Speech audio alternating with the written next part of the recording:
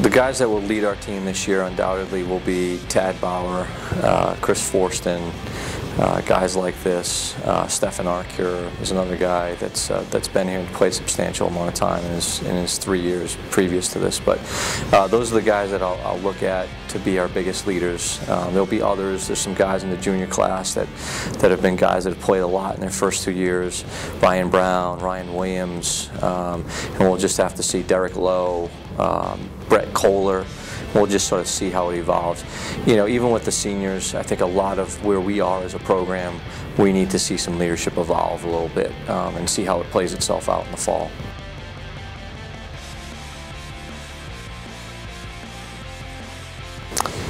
In the fall, one of the biggest things we're going to do, we've turned over the great majority of our coaching staff, myself excluded.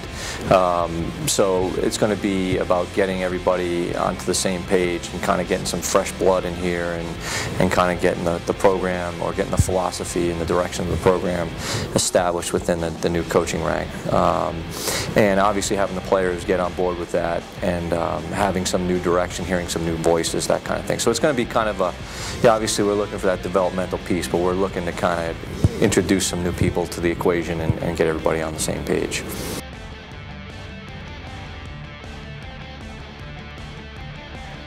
Is we're hoping to put last year as far in the rearview mirror as we possibly can. We're all sort of disappointed with the way last year ended. We're looking to build upon some of the good things we did last year, but we're all very disappointed in where it ended last year, and we're really looking forward to making our real claim, or real run, I guess is a better word, at the CAA playoffs and the CAA championship this year.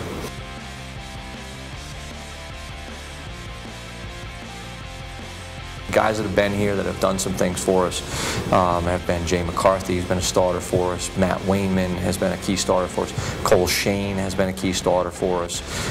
Brett Goodloe has pitched a lot. Of course, I'm always going to forget somebody, but on the relief side, Brett Kohler and John Farrell have been two of the key guys. We get John Sheehan back from Tommy John surgery this year. We've got a tremendous freshman tandem coming in, Jason Ingram and JT Kastner, that have come in that we feel are going to make some contributions. And then we've got other guys on our staff that have been here for a few years that are looking to make a significant impact this year, and Garrison Sarrett, Chris Yates, let's see, Chris Yates, Garrison, and of course Matt Houston's another one that are looking to kind of break their way into the fray here for us. So we've got the way I look at our pitching staff, and I've said this a lot, we've got a lot of guys right now coming in on paper that look really good as Sunday guys, as number 3 starters, and now we need to see who's going to take that step up and become that true Friday and Saturday guy for us this year.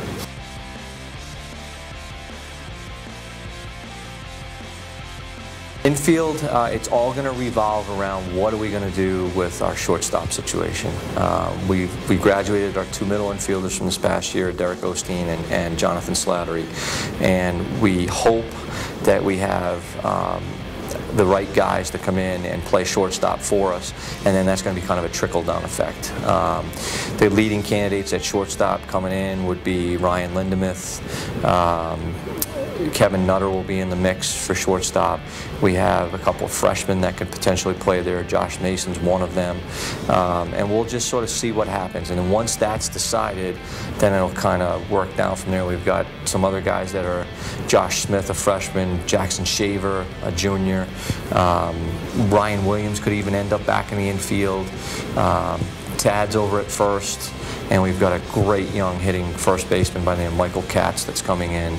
And again, we're going to have to see how it kind of plays itself out. There's no real definite guys. Maybe Tad's the closest to that at first base, but even he's going to run up against some pretty stiff competition with Michael Katz.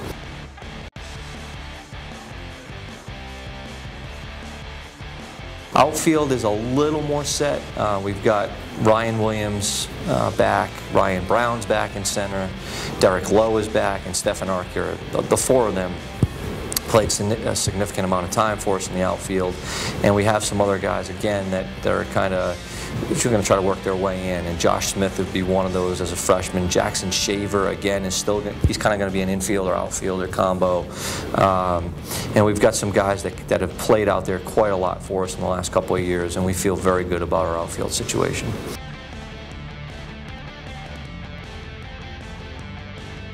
We've got Chris Forsten's back.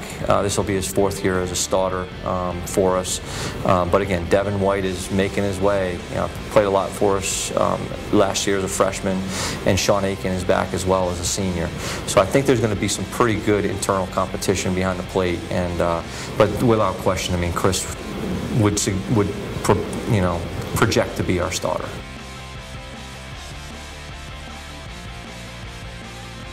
Our hitting was probably our weakest link the last couple of years.